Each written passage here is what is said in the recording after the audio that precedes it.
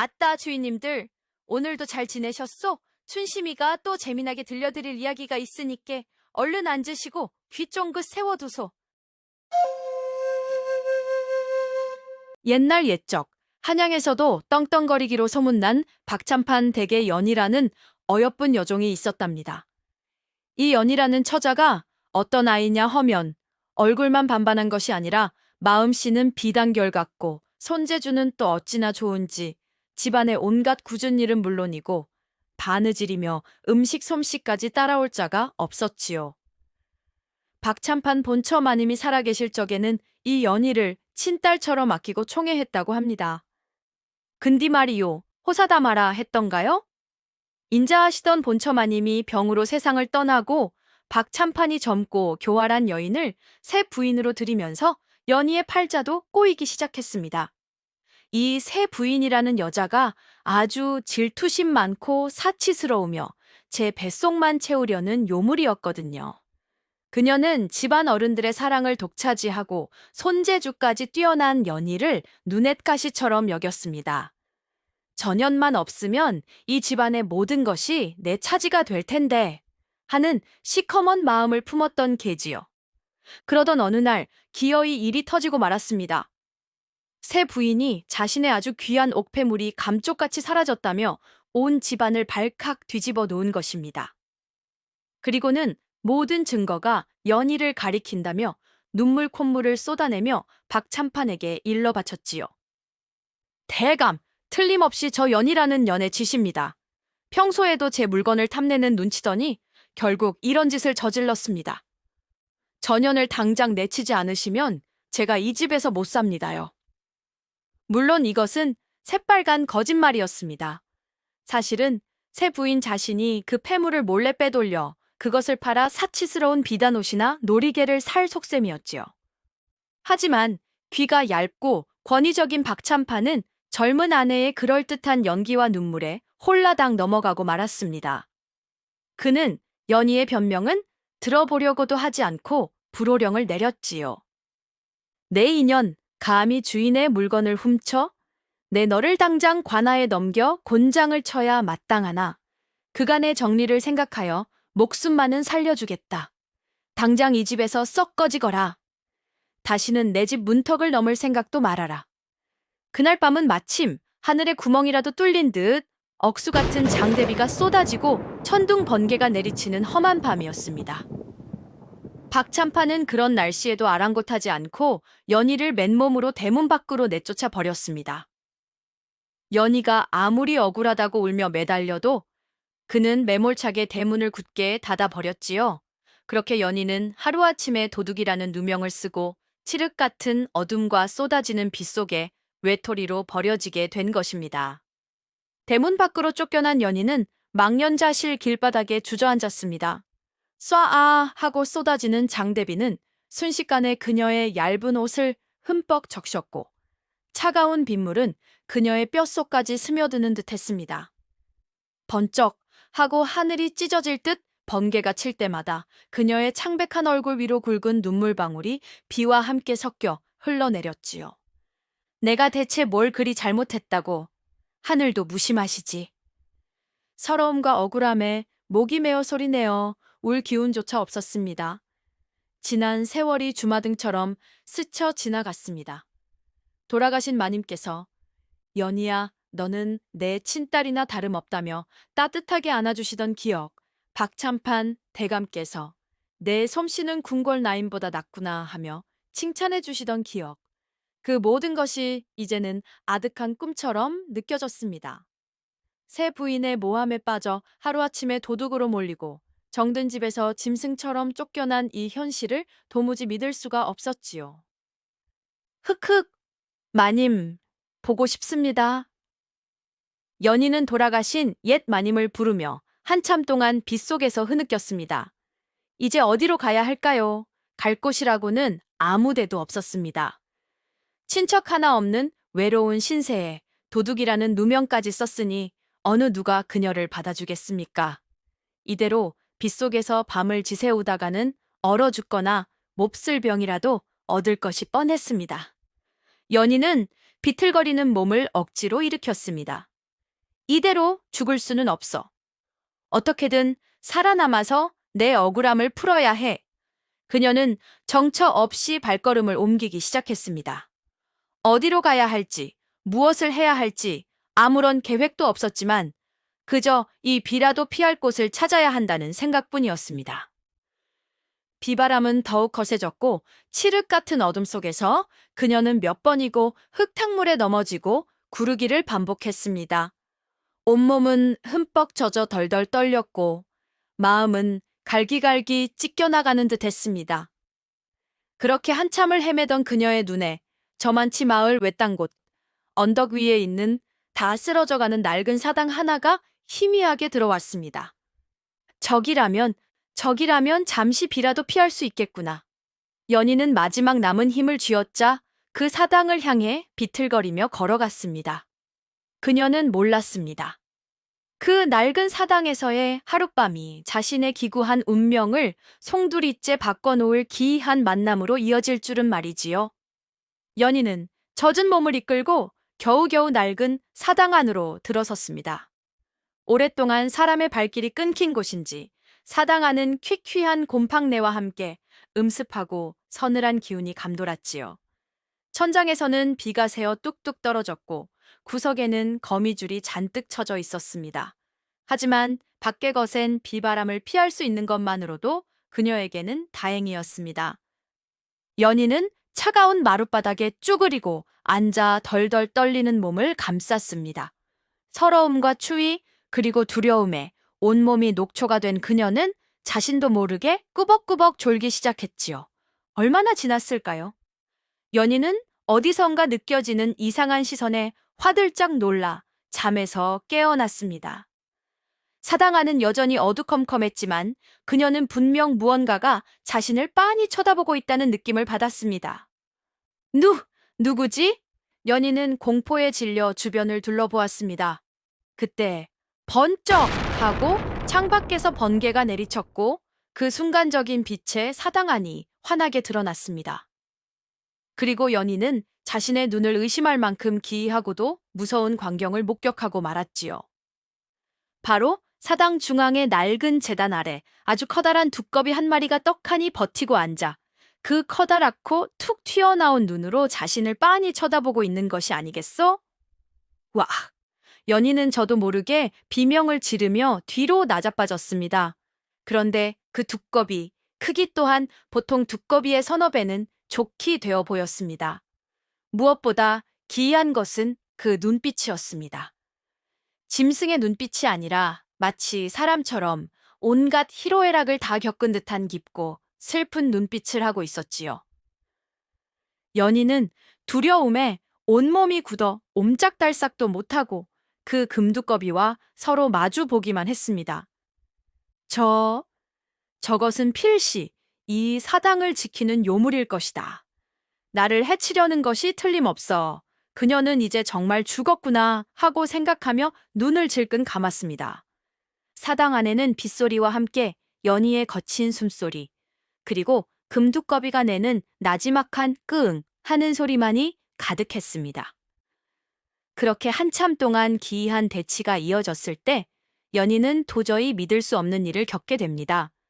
연희가 공포에 질려 눈을 꼭 감고 벌벌 떨고 있을 때 어디선가 아주 낮고 슬픔에 잠긴 남자의 목소리가 들려왔습니다. 놀라게 해드렸다면 용서하시오, 낭자. 연희는 깜짝 놀라 눈을 떴습니다. 사당 안에는 자신과 금두꺼비 말고는 아무도 없었는데 대체 어디서 사람 목소리가 들린단 말인가?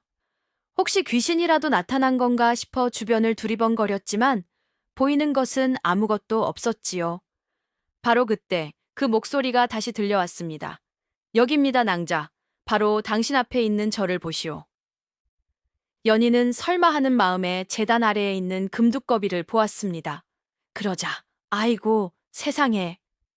두꺼비가 입을 움직이지도 않았는데 그 목소리가 분명 두꺼비에게서 흘러나오고 있는 것이었습니다. 마치 마음으로 직접 말을 거는 것처럼 그 목소리가 연희의 머릿속에 또렷하게 울려 퍼졌지요. 우악, 두꺼비가 말을 한다. 연희는 너무 놀라 또다시 비명을 지를 뻔했지만 두꺼비의 눈빛이 너무나 슬퍼 보여 차마 소리를 지를 수는 없었습니다. 두꺼비는 깊은 한숨을 내쉬며 말을 이었습니다. 두려워, 마시오, 낭자. 나는 낭자를 해치려는 요물이 아니오. 본래 나의 모습은 이리 흉측하지 않았소이다. 나는 본래 하늘 세계에서 옥황상제님을 모시던 선관이었소. 선관이요? 연희는 자신의 귀를 의심했습니다. 그렇소. 두꺼비의 커다란 눈에서 또르르 눈물 한 방울이 흘러내렸습니다. 허나 내가 아주 큰 죄를 짓는 바람에 옥황상제님의 노여움을 사 이 추하고 미천한 두꺼비의 모습으로 변하여 이 땅으로 유배를 오게 되었소. 이 낡은 사당에서 100년 동안 묵묵히 속죄하며 다시 하늘로 돌아갈 날만을 기다리고 있는 가련한 신세이지요. 두꺼비의 목소리에는 깊은 회한과 슬픔이 담겨 있었습니다. 연희는 처음의 두려움은 온데간데 없이 사라지고 자신도 모르게 그에게 연민의 감정을 느끼게 되었습니다. 비록 모습은 흉측한 두꺼비였지만 그의 슬픈 눈빛과 목소리는 거짓을 말하는 것 같지 않았습니다. 이분도 나처럼 억울한 사연이 있는 것일까? 죄를 짓고 벌을 받는다고는 하지만 그 모습이 너무나 외롭고 슬퍼 보이는구나. 연희는 자신도 모르게 두꺼비에게 말을 건네고 있었습니다. 그러셨군요. 참으로 안 되셨습니다. 말하는 금두꺼비, 즉 하늘의 선관이었다는 그의 기구한 사연을 들은 연희는 처음의 두려움을 완전히 잊고 오히려 그에게 깊은 동정심을 느끼게 되었습니다. 선관님께서는 대체 무슨 큰 죄를 지으셨기에 이리 흉한 모습으로 벌을 받고 계신 것이옵니까? 연희가 조심스럽게 물었습니다. 두꺼비는 깊은 한숨을 내쉬며 대답했습니다. 그것은 말해 무엇하겠소. 다 나의 어리석음과 과한 욕심 때문이었소이다. 그는 구체적인 죄목을 밝히지는 않았지만 그의 목소리에는 뼈저린 후회가 담겨 있었지요. 그리고는 오히려 연희에게 물었습니다. 낭자야말로 이 험한 비바람 치는 밤에 어찌하여 이런 누추한 곳까지 오게 되었소? 낭자의 얼굴에는 깊은 슬픔과 억울함의 기색이 서려 있구려. 연희는 두꺼비의 따뜻한 질문에 그만 참고 있던 설움이 복받쳐 올라 눈물을 쏟아내고 말았습니다. 그녀는 낯선 두꺼비 앞에서 아니 어쩌면 자신의 처지를 가장 잘 이해해 줄 것 같은 존재 앞에서 그동안 겪었던 모든 억울한 사연을 털어놓기 시작했습니다. 새 부인의 모함에 빠져 도둑 누명을 쓰고 정든 집에서 매몰차게 쫓겨나 갈 곳 없는 신세가 되었다고 말이지요. 두꺼비는 연희의 이야기를 묵묵히 들어주었습니다. 그리고는 낮은 목소리로 그녀를 위로했지요. 그랬었구려. 낭자 또한 나처럼 억울한 누명을 쓰고 고통받고 있었구나. 참으로 안타까운 일이오. 그렇게 억울하게 집에서 쫓겨난 여종과 죄를 짓고 하늘에서 쫓겨난 선관. 신분도 모습도 살아온 환경도 전혀 다른 두 존재였지만 그들은 서로의 처지에서 깊은 공감과 연민을 느끼게 되었습니다. 그야말로 동병상련의 전기였지요. 연희는 더 이상 두꺼비의 흉측한 모습이 무섭지 않았습니다. 오히려 그의 깊고 슬픈 눈을 보며 자신과 같은 아픔을 가진 존재에 대한 유대감을 느꼈지요. 그녀는 자신의 젖은 소매를 찢어 두꺼비의 등껍질에 묻은 흙먼지를 조심스럽게 닦아주기까지 했습니다. 두꺼비 역시 연희의 그 착하고 순수한 마음씨에 크게 감동했습니다. 대부분의 인간들은 자신의 흉한 모습을 보면 기겁하며 도망가거나 돌을 던지기 일쑤였는데 이 처자는 자신을 두려워하기는커녕 오히려 위로하고 닦아주기까지 하니 참으로 보기 드문 고운 심성을 지녔다고 생각했지요. 그렇게 두 사람은 비바람 치는 낡은 사당 안에서 하룻밤 동안 서로의 아픔을 나누며 기묘하고도 특별한 인연을 맺게 된 것입니다. 이 만남이 앞으로 두 사람의 운명을 어떻게 바꾸어 놓을지 그때는 아무도 몰랐겠지요. 하룻밤 동안 연희와 이야기를 나누며 그녀의 착한 마음씨에 깊이 감동한 두꺼비는 날이 밝아오자 아주 중대한 제안을 하나 했습니다. 낭자, 두꺼비가 진지한 목소리로 말했습니다. 낭자의 억울한 사정을 들으니 내 마음이 참으로 아프구려. 내가 낭자를 도울 방법이 없을까 곰곰이 생각해 보았소. 예, 성관님께서 저를요? 연희가 놀라서 물었습니다. 그렇소? 허나 그러기 위해서는 낭자의 도움이 먼저 필요하오? 두꺼비는 말을 이었습니다. 사실 나 또한 낭자처럼 억울한 누명을 쓴 몸이오. 내가 죄를 지었다고는 하나 알려진 것보다 훨씬 더 부풀려지고 왜곡되어 벌을 받고 있지. 나의 누명을 벗고 다시 하늘로 돌아가기 위해서는 아주 중요한 물건 하나가 필요하오. 그것이 무엇이옵니까? 바로 하늘 거울이라는 신물이오. 두꺼비의 목소리가 조금 낮아졌습니다. 그 거울은 본래 세 조각으로 나뉘어 이 근처 인간 세상 어딘가에 숨겨져 있어. 그 세 조각을 모두 찾아 하나로 합치면 거울은 모든 진실을 비추는 본래의 힘을 되찾게 되지. 그 힘이 있다면 나의 억울함은 물론이고 낭자의 누명 또한 깨끗이 벗을 수 있을 것이요. 연희는 숨을 죽이고 두꺼비의 이야기에 귀를 기울였습니다. 허나 나는 이 추한 두꺼비의 몸으로 이 사당 밖을 벗어날 수가 없소. 그래서 낭자에게 부탁하는 것이오. 낭자의 그 총명함과 손재주라면 능히 내가 알려주는 단서들을 풀어 거울 조각을 찾아낼 수 있을 것이오. 부디 나를 도와주시겠소? 두꺼비는 연희에게 간절한 눈빛으로 도움을 청했습니다. 낭자가 나를 도와 나의 누명을 벗겨준다면 내 반드시 그 은혜에 크게 보답하여 낭자의 앞날을 활짝 열어주겠다고 하늘에 맹세하겠소. 연희는 잠시 고민에 빠졌습니다. 하늘 거울이라니 너무나 허무맹랑하고 위험천만한 이야기처럼 들렸습니다. 하지만 자신처럼 억울하다는 두꺼비의 그 절박한 눈빛을 보니 차마 외면할 수가 없었지요. 게다가 이대로 있는다고 해서 자신의 억울함이 풀릴 리도 만무했습니다. 그래, 믿져야 본전이다. 이분을 도와드리는 것이 곧 나를 돕는 길이 될지도 모른다. 연희는 마침내 결심했습니다. 선관님, 제가 비록 미천한 계집종의 몸이나 선관님의 그 억울한 사정을 듣고 어찌 모른 척할 수 있겠사옵니까? 제가 힘닿는 데까지 도와드리겠습니다. 부디 저에게 그 단서를 알려주시옵소서. 연희의 흔쾌한 대답에 두꺼비의 얼굴에 희미하게 기쁜 기색이 스쳤습니다. 고맙소, 낭자. 낭자의 그 착한 마음이 분명 하늘을 감동시킬 것이요. 그날부터 연희는 낡은 사당에 머물며 두꺼비가 알려주는 단서들을 바탕으로 하늘 거울 조각을 찾아 나서기 시작했습니다. 두꺼비는 비록 몸은 묶여 있었지만 하늘의 선관이었던 지라 세상의 기운을 읽고 오래된 비밀들을 꿰뚫어 보는 능력이 있었지요. 두꺼비가 알려준 첫 번째 거울 조각의 단서는 아주 기이한 수수께끼와도 같았습니다.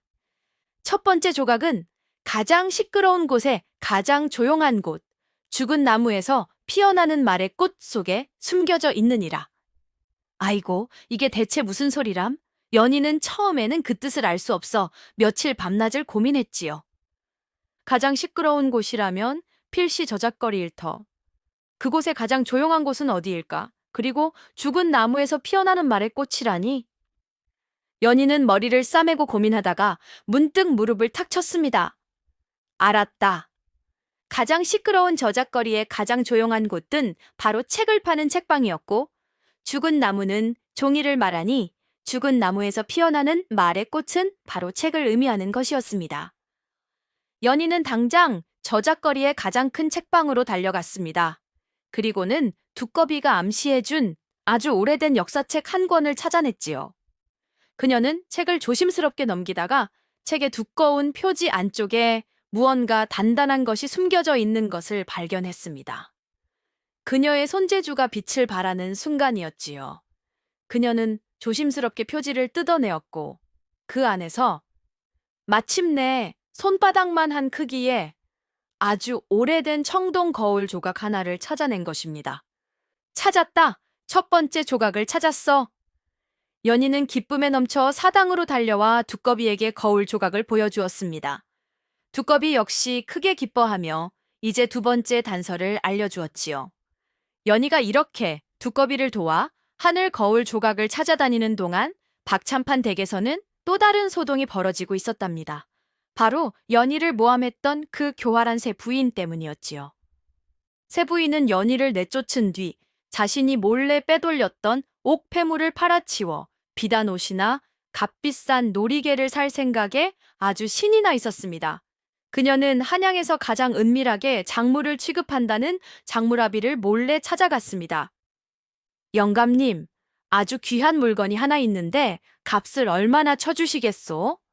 새 부인은 거들먹거리며 옥폐물을 내밀었지요. 작물아비는 노련한 눈으로 옥폐물을 한번 쓱 훑어보더니 그 가치가 어마어마하다는 것을 단번에 알아차렸습니다. 하지만 그는 속내를 감추고 짐짓 시큰둥한 표정을 지었지요. 물건은 좋아 보이나 딱 봐도 훔친 물건이구려. 이런 물건은 제 값을 받기는커녕 잘못 손댔다가는 제 목이 달아날 수도 있는 법이지요, 마님. 그리고는 아주 헐값을 불렀습니다. 새 부인은 생각보다 터무니없는 액수에 길길이 날뛰었지만 장무라비는 눈 하나 깜짝하지 않았습니다. 싫으면 마시구려. 당장 포도청에 고발해 버릴 수도 있으니. 아이고, 도둑이 제발 저린다고 새 부인은 그만 겁을 집어먹고 말았습니다. 그녀는 폐물을 팔아 사치를 부리기는커녕 행여 소문이라도 날까 두려워 옥폐물을 다시 품에 숨겨 허둥지둥 집으로 돌아왔습니다.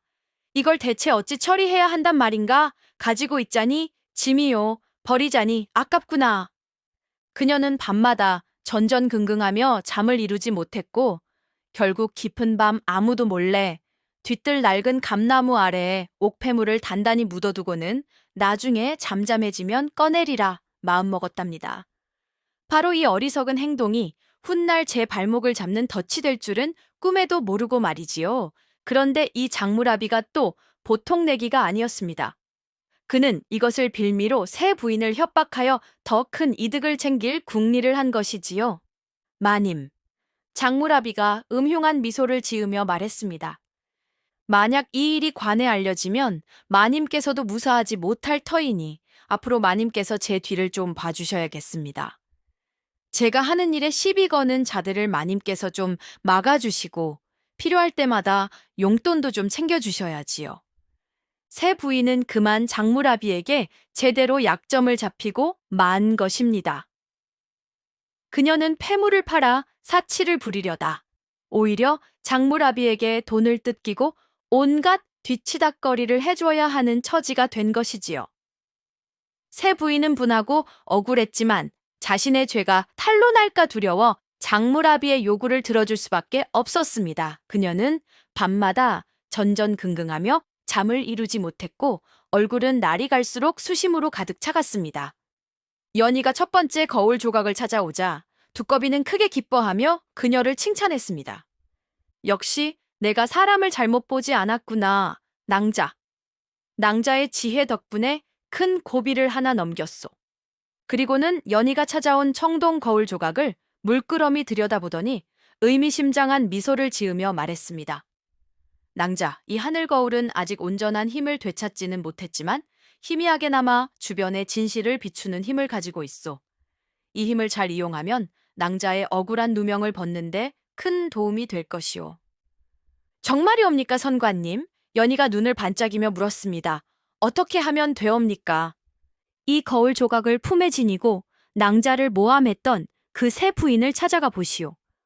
두꺼비가 조언했습니다. 그리고 그 여인의 얼굴을 똑바로 마주 보시오. 거울은 진실을 비추는 법. 그 여인의 얼굴에 서린 탐욕과 불안의 기색이 낭자의 눈에는 더욱 뚜렷하게 보일 것이오. 그리고 어쩌면 그 여인이 훔친 폐물을 어디에 숨겼는지 혹은 무슨 꿍꿍이를 꾸미고 있는지도 어렴풋이 알게 될지 모르오. 두꺼비는 덧붙였습니다. 허나 조심하시오. 섣불리 진실을 안다고 떠들었다가는 오히려 화를 입을 수 있소. 그 여인의 탐욕이 스스로를 무너뜨리는 함정이 되도록 지혜롭게 행동해야 할 것이오. 연희는 두꺼비의 말을 마음 깊이 새겼습니다. 그녀는 거울 조각을 소중하게 품에 안고 며칠 뒤 몰래 박찬판 댁 근처를 찾아갔습니다. 그리고는 담벼락 뒤에 숨어 새 부인의 동태를 살폈지요. 거울 조각을 품에 지니고 보니 정말 신기한 일이 벌어졌습니다. 멀리서 보이는 새 부인의 얼굴이 예전과는 다르게 보이기 시작했지요. 겉으로는 화려하게 치장하고 위엄을 부리고 있었지만 연희의 눈에는 그녀의 얼굴에 드리워진 검은 탐욕의 그림자와 초조함, 그리고 두려움의 기색이 손에 잡힐 듯 선명하게 보였습니다. 그리고 그 순간 연희의 머릿속에 어떤 영상이 희미하게 스쳐 지나갔습니다. 그것은 바로 새 부인이 훔친 폐물을 비단함에 넣어 자신의 방 뒤뜰 낡은 감나무 아래에 몰래 파묻는 모습이었습니다. 아, 연희는 자신도 모르게 작은 탄성을 질렀습니다. 하늘 거울의 힘이 정말로 진실을 보여준 것입니다. 이제 연희는 새 부인의 죄를 입증할 결정적인 단서를 알게 되었습니다. 이제 어떻게 이 사실을 이용하여 통쾌한 복수를 할 것인지 그녀의 지혜가 필요한 순간이 다가온 것이지요. 새 부인의 악행에 대한 결정적인 단서를 잡은 연희는 두꺼비의 조언대로 섣불리 행동하지 않았습니다. 만약 자신이 직접 나서서 당신이 감나무 밑에 폐물을 숨긴 것을 안다 고 소리쳐봤자 새 부인은 분명 전연이 미쳤구나 하며 잡아댈 것이고 오히려 자신이 위험해질 수도 있었기 때문이지요. 연희는 아주 지혜롭고도 교묘한 방법을 생각해냈습니다. 바로 다른 사람의 입을 통해 그리고 자연스러운 상황을 통해 새 부인의 죄가 스스로 드러나게 만드는 것이었지요.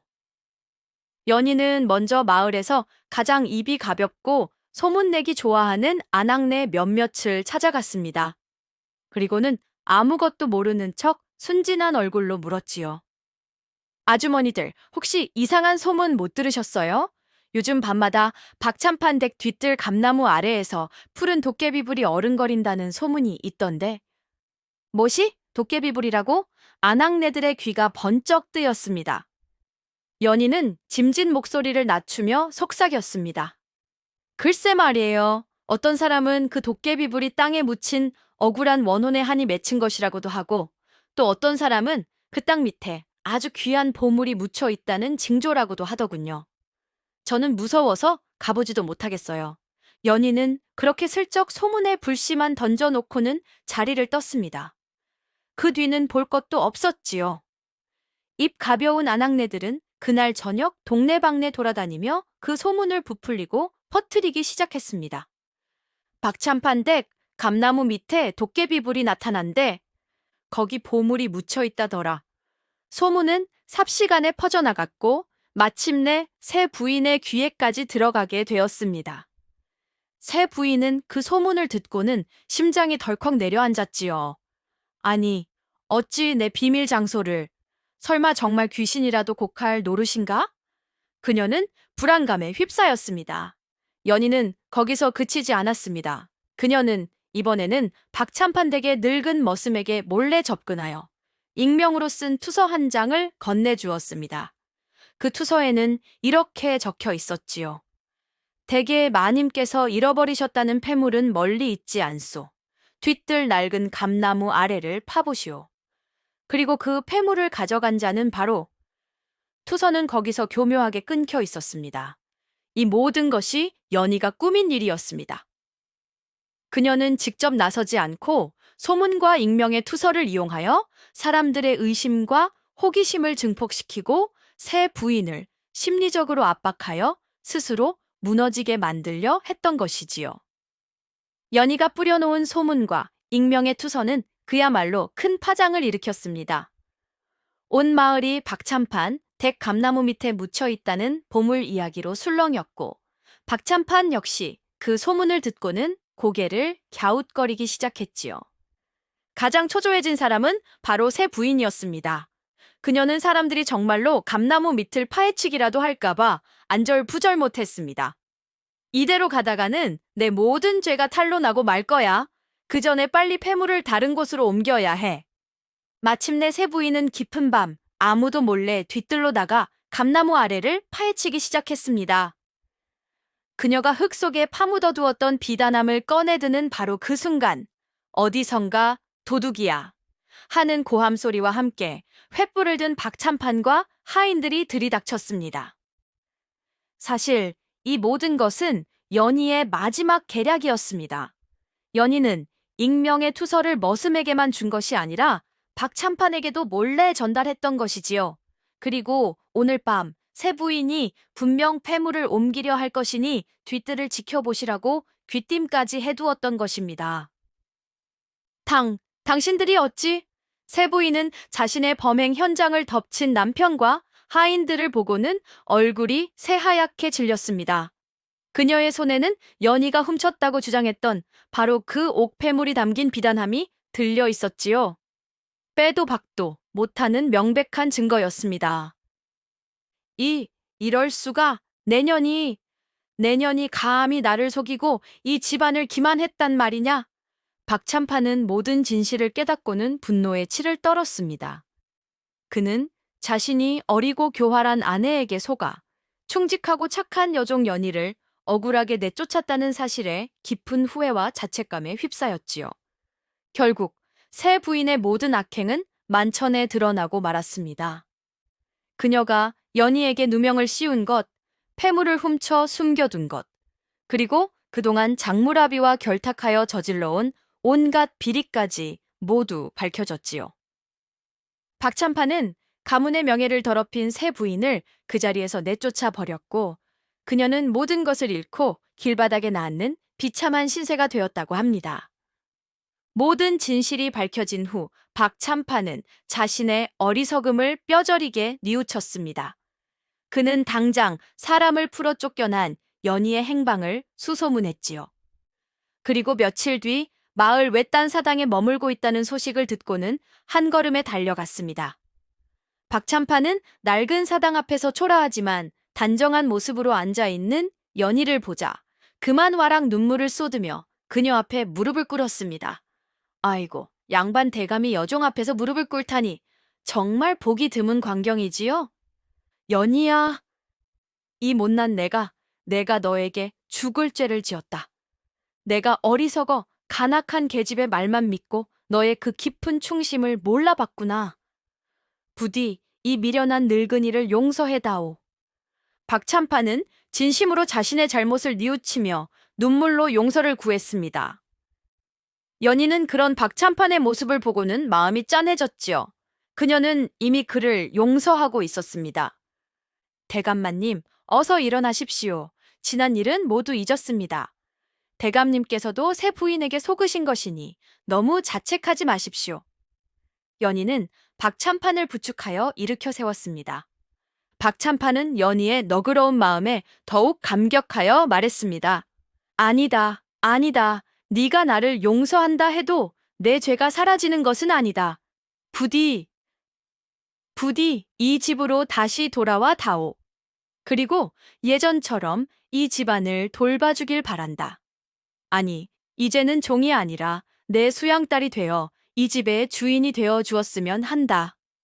박찬판은 연희를 다시 집으로 데려오는 것을 넘어 그녀를 자신의 수양딸로 삼아 그동안의 잘못을 갚고 싶었던 것입니다. 연희는 잠시 망설였습니다. 하지만 자신을 진심으로 뉘우치고 아껴주는 박찬판의 마음을 외면할 수는 없었지요. 그리고 그녀에게는 아직 사당에서 자신을 기다리고 있는 두꺼비 선관과의 약속이 남아 있었습니다. 박찬판 댁으로 돌아간다면 마지막 거울 조각을 찾는데도 도움이 될 것이라 생각했지요. 알겠습니다, 아버님. 다시 돌아가겠습니다. 연희는 마침내 박찬판을 아버님이라 부르며 그의 제안을 받아들였습니다. 그렇게 연희는 억울한 누명을 벗고 이전보다 훨씬 더 귀한 신분으로 다시 박찬판 댁에 돌아오게 된 것입니다. 다시 박찬판 댁으로 돌아온 연희는 약속대로 두꺼비 선관을 돕기 위해 두 번째 하늘 거울 조각을 찾아 나섰습니다. 두꺼비가 알려준 두 번째 단서는 인간의 가장 큰 욕심이 머무는 곳, 황금빛 눈물이 흐르는 샘이었지요. 연희는 곰곰이 생각한 끝에 그곳이 바로 한양의 가장 큰 노름판이라는 것을 알아차렸습니다. 황금빛 눈물이란 바로 노름으로 돈을 잃고 흘리는 피눈물을 의미하는 것이었지요. 연희는 남장을 하고 조심스럽게 노름판에 잠입했습니다. 그리고 그곳에서 며칠을 머물며 관찰한 끝에 노름판 주인이 비밀금고로 사용하는 낡은 우물 안에서 두 번째 거울 조각을 찾아내는데 성공했습니다. 그런데 연희가 두 번째 거울 조각을 찾아 두꺼비에게 가져가자 아주 놀라운 일이 벌어졌습니다. 두 개의 거울 조각이 서로 공명하며 빛을 내더니 그 빛 속에서 어떤 영상이 희미하게 비치기 시작했습니다. 그 영상은 바로 두꺼비 선관이 죄를 짓고 하늘에서 쫓겨나던 그날의 진실이었습니다. 그런데 그 내용이 아주 기가 막혔답니다. 두꺼비는 사실 하늘의 보물을 탐하는 죄를 지은 것이 아니었습니다. 그는 죄를 지은 것이 아니라 옥황상제의 어여쁜 막내딸인 선녀를 남몰래 흠모하고 연모했던 것입니다. 그는 비록 신분은 낮았지만 마음만은 진심이었지요. 하지만 그의 마음을 눈치챈 다른 선관들이 그의 순수한 사랑을 시기하고 질투하여 그가 선녀를 꿰어 하늘의 보물을 훔치려 했다는 끔찍한 누명을 씌웠던 것입니다. 옥황상제께서는 그 간신들의 말에 속아 진실을 제대로 살피지 않고 그에게 큰 벌을 내리셨던 것이지요. 이럴 수가. 연희는 거울에 비친 진실을 보고는 경악을 금치 못했습니다. 두꺼비 선관 역시 자신처럼 억울한 누명을 쓰고 고통받고 있었던 것입니다. 이제 아시겠소, 낭자. 두꺼비의 목소리는 슬픔으로 가득 차 있었습니다. 이것이 바로 내가 겪어온 억울함의 실체요. 연희는 두꺼비에 대한 연민과 함께 그의 순수한 사랑에 대한 안타까움, 그리고 그를 모함한 간신들에 대한 분노가 치밀어 올랐습니다. 그녀는 이제 단순히 은혜를 갚기 위해서가 아니라 진심으로 그를 돕고 싶다는 마음이 들었지요. 두꺼비 선관의 그 억울하고도 애틋한 사연을 알게 된 연희의 마음속에는 이전과는 비교할 수 없는 강한 의지가 불타오르기 시작했습니다. 처음에는 그저 동병상련의 정으로 그리고 은혜를 갚기 위해 그를 도왔지만 이제는 아니었습니다. 그녀는 진심으로 이 억울한 선관의 누명을 벗겨주고 싶었습니다. 그의 순수한 사랑이 죄가 될 수 없다는 것을 증명하고 싶었지요. 그리고 어느덧 그녀의 마음속에는 두꺼비 선관에 대한 연민을 넘어 존경과 함께 애틋한 감정까지 싹트고 있었습니다. 비록 지금은 흉측한 두꺼비의 모습이었지만 그녀는 그의 고결한 영혼과 순수한 마음을 보고 있었기 때문이지요. 선관님, 연희가 굳은 목소리로 말했습니다. 이제 더 이상 걱정하지 마십시오. 제가 반드시 마지막 거울 조각을 찾아내어 선관님의 억울함을 만천하, 아니, 온 하늘에 알리고 말겠습니다. 연희의 눈빛은 결의에 차 빛나고 있었습니다. 그녀는 이제 두꺼비의 조력자가 아니라 그의 운명을 함께 짊어지고 나아갈 동지가 된 것입니다. 두꺼비는 그런 연희의 모습에 크게 감동하여 눈물을 흘렸습니다. 고맙소, 낭자. 정말 고맙소. 이 은혜를 어찌 다 갚아야 할지. 은혜라니요? 당치 않습니다. 연희는 미소 지으며 말했습니다. 이제 우리는 같은 아픔을 가진 동지입니다. 함께 힘을 합쳐 진실을 밝혀냅시다. 두 사람은 서로를 바라보며 굳게 맹세했습니다. 반드시 마지막 거울 조각을 찾아내어 억울한 누명을 벗고 각자의 행복을 되찾겠다고 말이지요. 이제 남은 것은 마지막 하늘 거울 조각 하나. 두꺼비는 마지막 단서를 알려주기 위해 온 힘을 다해 기운을 모았습니다. 마지막 조각은 달빛 아래 가장 귀한 것을 비추는 그림자 속에 숨겨져 있소.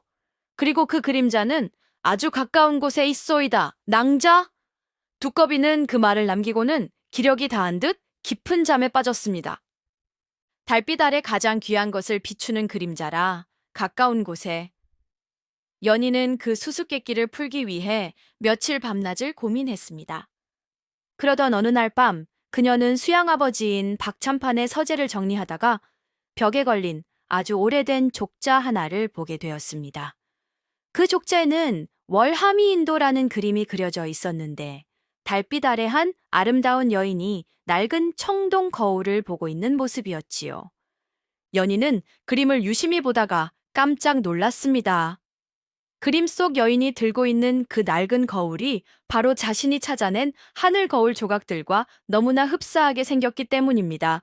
그리고 그 족자는 박참판댁에 대대로 내려오는 가보 중의 가보라고 들었던 기억이 났지요. 설마. 연희는 떨리는 마음으로 박참판에게 달려가 모든 사실을 이야기했습니다.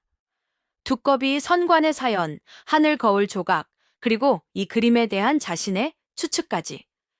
이야기를 들은 박참판 역시 크게 놀랐습니다. 그는 연희와 함께 족자를 벽에서 내려 조심스럽게 살펴보았지요. 그리고는 족자 뒷면에 배접된 부분이 유독 두껍다는 것을 발견했습니다. 연희는 조심스럽게 족자 뒷면을 뜯어냈습니다. 그러자, 아이고 세상에. 그 안에서 아주 얇게 가공된 마지막 하늘 거울 조각이 모습을 드러내는 것이 아니겠소? 마지막 거울 조각은 바로 박참판댁 대대로 내려오는 가보, 월화경의 일부였던 것입니다. 아마도 아주 오래전 박참판의 조상 중 누군가가 하늘의 물건임을 모르고 그림 속에 봉인해 두었던 모양입니다. 찾았다. 마침내 다 찾았어. 연희는 기쁨에 넘쳐 소리쳤습니다. 이제 이 세 조각을 합치기만 하면 두꺼비 선관의 억울한 누명을 벗겨줄 수 있게 된 것입니다. 연희는 세 개의 하늘 거울 조각을 가지고 서둘러 사당으로 달려갔습니다. 그녀는 잠들어 있는 두꺼비 선관 앞에서 세 개의 조각을 조심스럽게 하나로 맞춰 보았지요. 그러자 세 개의 조각이 착 하고 달라붙는 소리와 함께 낡고 빛바랜 청동 거울 조각들이 눈부신 빛을 뿜어내기 시작했습니다. 그 빛은 순식간에 사당 전체를 대낮처럼 환하게 밝혔고 곧이어 하나의 거대한 빛기둥이 되어 사당 지붕을 뚫고 하늘을 향해 곧장 쏘아 올려졌습니다. 이게 무슨? 연희는 눈을 가리며 그 경이로운 광경을 지켜보았습니다. 하늘로 쏘아 올려진 빛은 잠시 후 다시 사당 안으로 내려와 잠들어 있던 금두꺼비를 부드럽게 감쌌습니다.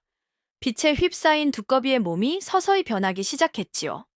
흉측하고 울퉁불퉁했던 두꺼비의 허물이 스르르 벗겨지기 시작했습니다.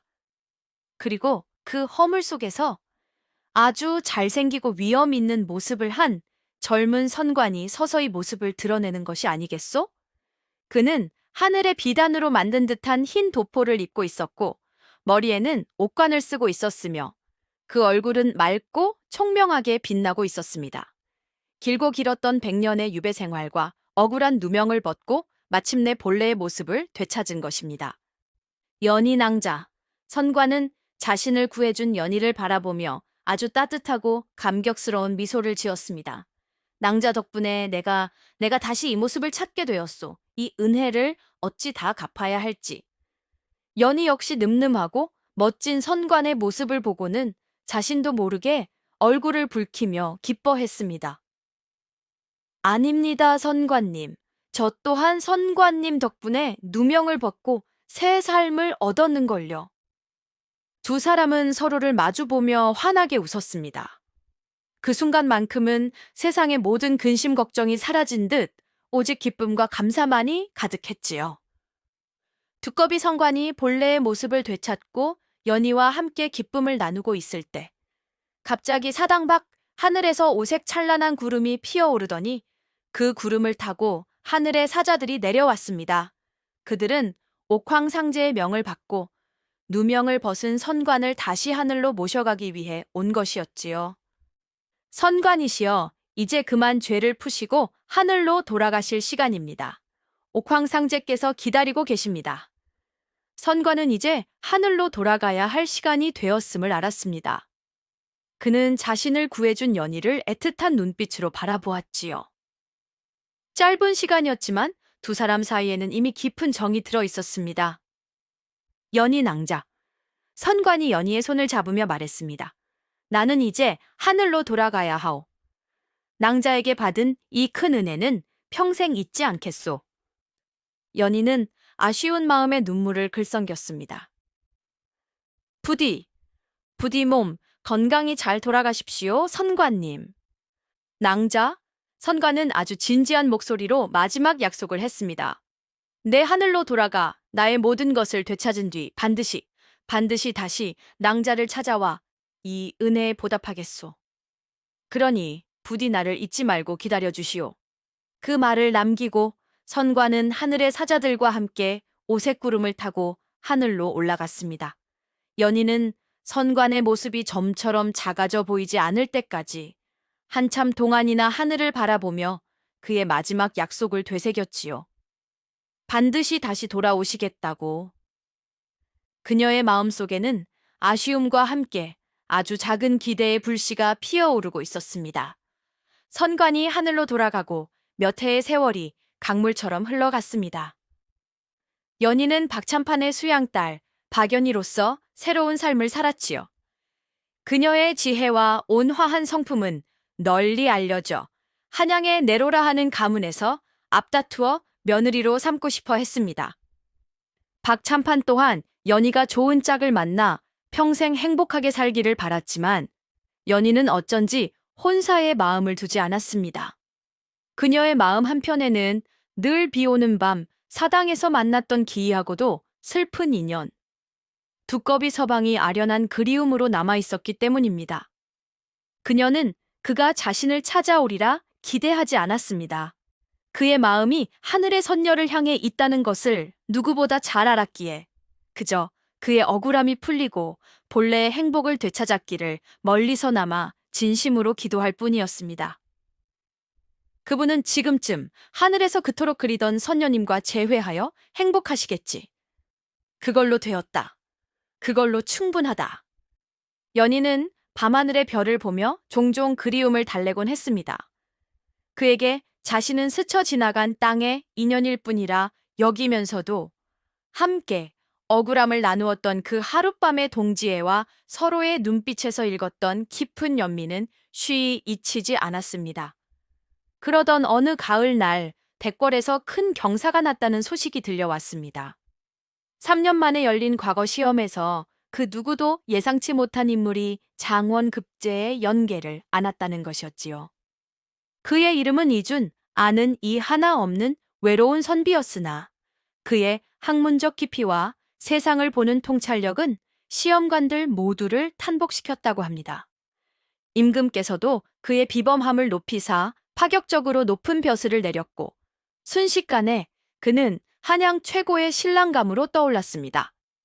그리고 며칠 뒤 그 장원급제한 이준이라는 선비가 박찬판의 오랜 충절과 명망을 흠모하여 가르침을 청하고자 친히 댁을 방문하겠다는 전가를 보내왔습니다.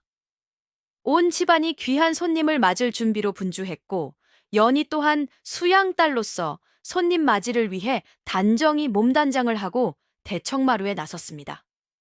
이윽고 대문이 열리고 장원급제한 선비가 하인들의 안내를 받으며 마당으로 들어섰습니다.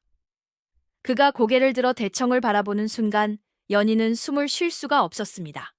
세월의 흐름도 무색하게 기억 속 모습 그대로였습니다.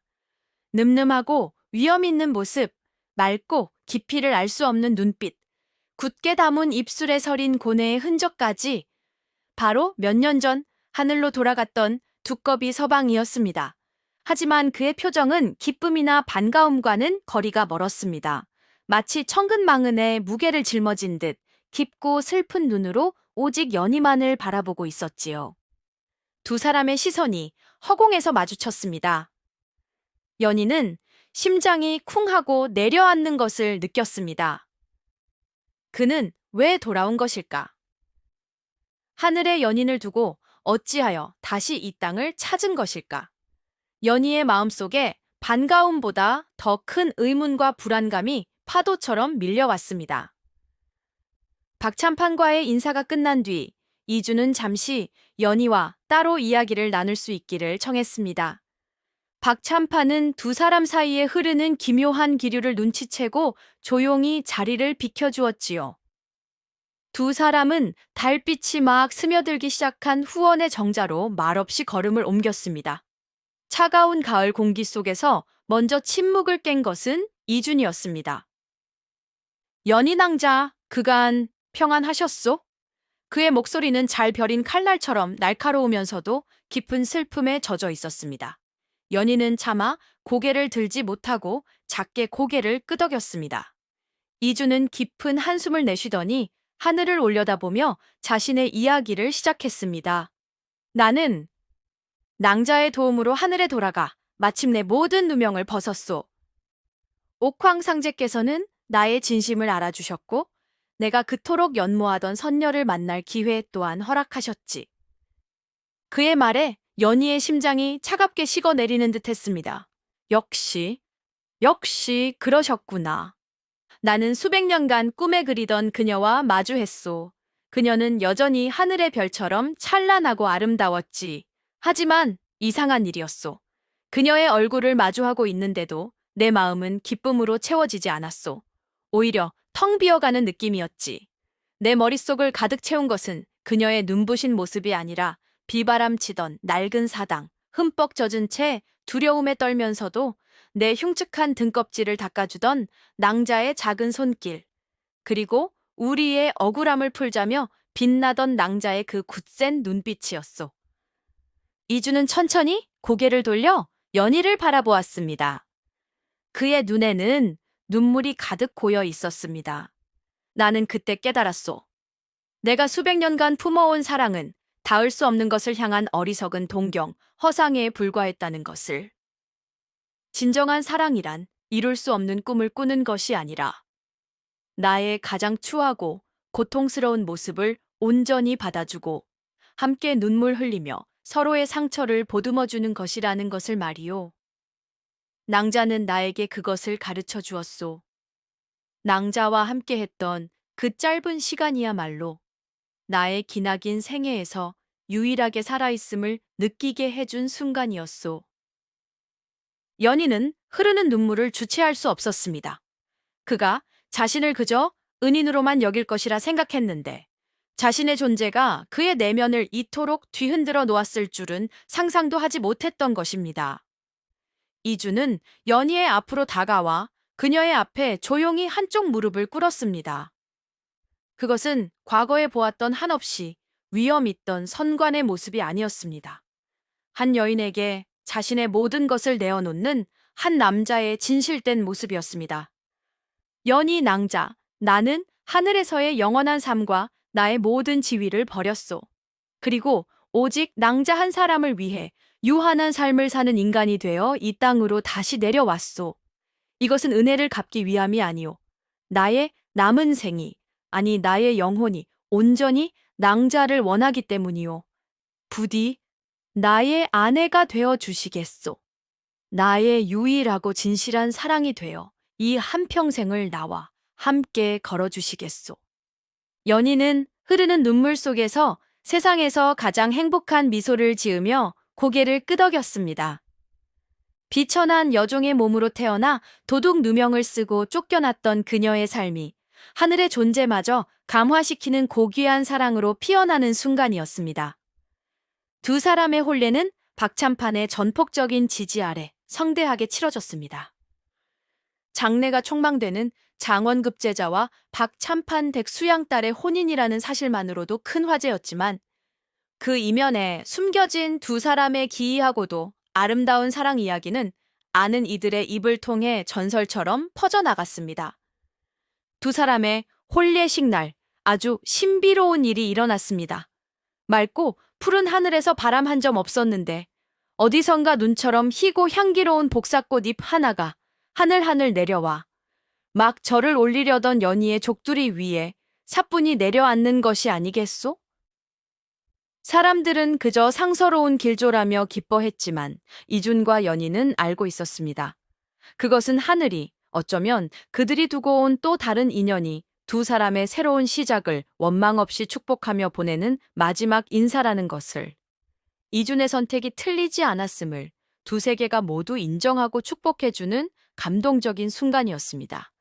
그렇게 부부가 된 두 사람은 조선 팔도에서 가장 이름난 현명하고 자애로운 부부로 칭송받았습니다. 이준은 하늘의 지혜와 땅의 학문을 겸비하여 늘 백성의 편에 서서 공명정대한 정치를 펼쳤습니다. 그는 결코 권력에 취하지 않았고 특히 억울한 누명을 쓰고 고통받는 이들의 사정을 자신의 일처럼 돌보았지요. 연희 또한 그의 곁에서 가장 든든한 동반자가 되어 주었습니다. 그녀는 자신의 뛰어난 손재주와 따뜻한 마음으로 가난하고 병든 이들을 돌보았고 그녀의 집은 늘 온정으로 가득 찼습니다. 두 사람은 많은 재산을 모았지만 사치하지 않았고 그 모든 것을 어려운 이웃과 나누며 덕을 쌓았습니다. 사람들은 두 사람의 이야기를 전설처럼 이야기했습니다.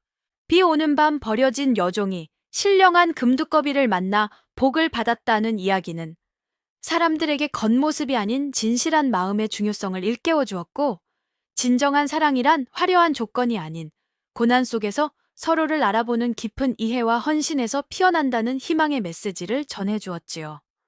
자, 주인님들, 오늘 춘심이가 들려드린 비 오는 밤 버려진 여종과 두꺼비 신랑 이야기는 여기까지랍니다. 아이고, 이야기하다 보니 춘심이 마음까지 다 훈훈해지는 것 같구먼요. 부디 주인님들께서도 연희처럼 고운 마음씨 잃지 마시고 두꺼비 서방 같은 귀한 인연 만나시기를 바라겠소이다. 이 춘심이가 다음에도 더 재미나고 기막힌 이야기 보따리 들고 올 수 있도록 주인님들 구독이랑 좋아요 좀 꾹 눌러주시면 참말로 복 받으실 것이오. 춘심이는 이만 물러가겠습니다요. 다음에 또 뵙시다. 고맙소이다.